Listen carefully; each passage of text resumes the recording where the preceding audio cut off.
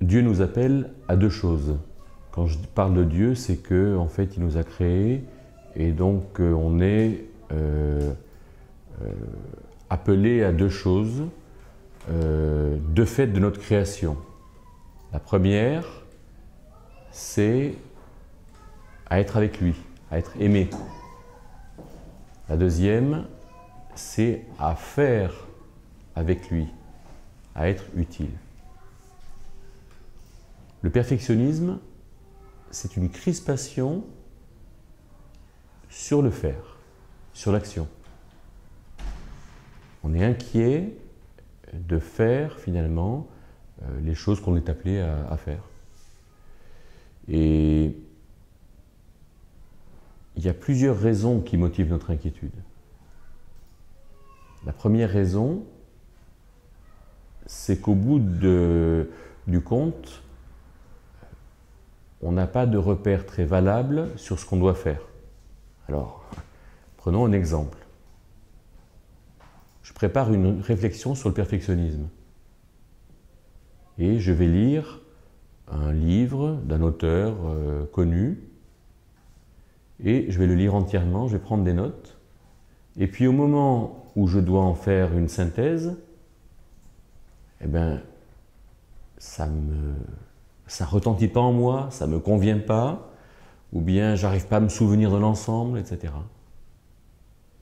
Et du coup, quand j'ai à parler du perfectionnisme à quelqu'un, forcément, je ne serai pas à mon aise parce que je vais manquer de repères. Prenons un deuxième exemple. J'ai des repères tout à fait sûrs.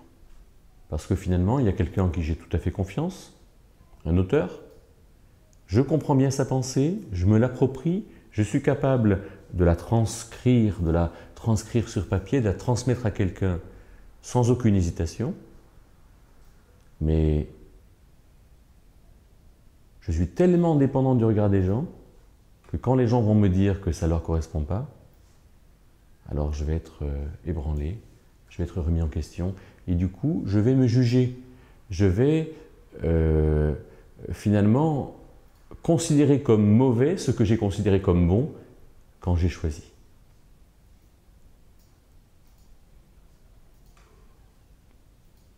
Prenons un troisième exemple. Je prépare un truc sur le perfectionnisme.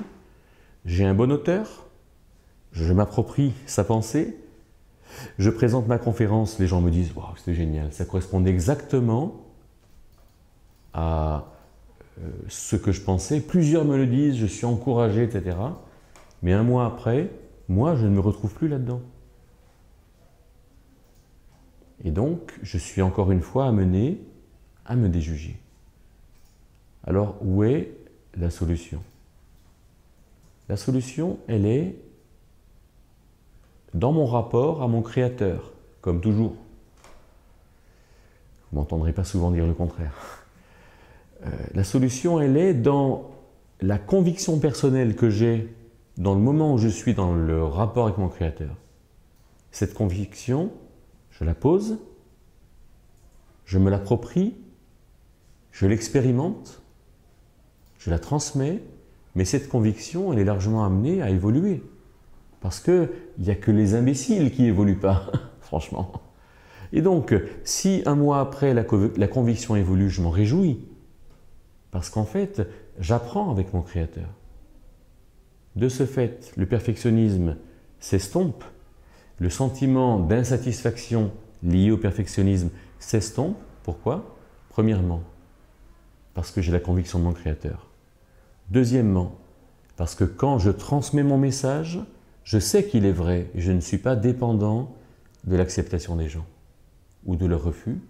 Troisièmement, parce que finalement, quand je vais faire évoluer cette conviction, je ne serai pas surpris qu'elle évolue, je serai même encouragé qu'elle évolue. J'aurai construit quelque chose et le perfectionnisme ou cette perfection de mon action va se construire en fait. J'ai bien conscience que ce que je suis dire en ce moment, on est autour du 26 juillet 2011, eh bien l'an prochain, en juillet, forcément ça aura un peu évolué parce que j'aurai lu des choses, j'aurai expérimenté des choses avec Dieu, j'aurai rencontré d'autres choses.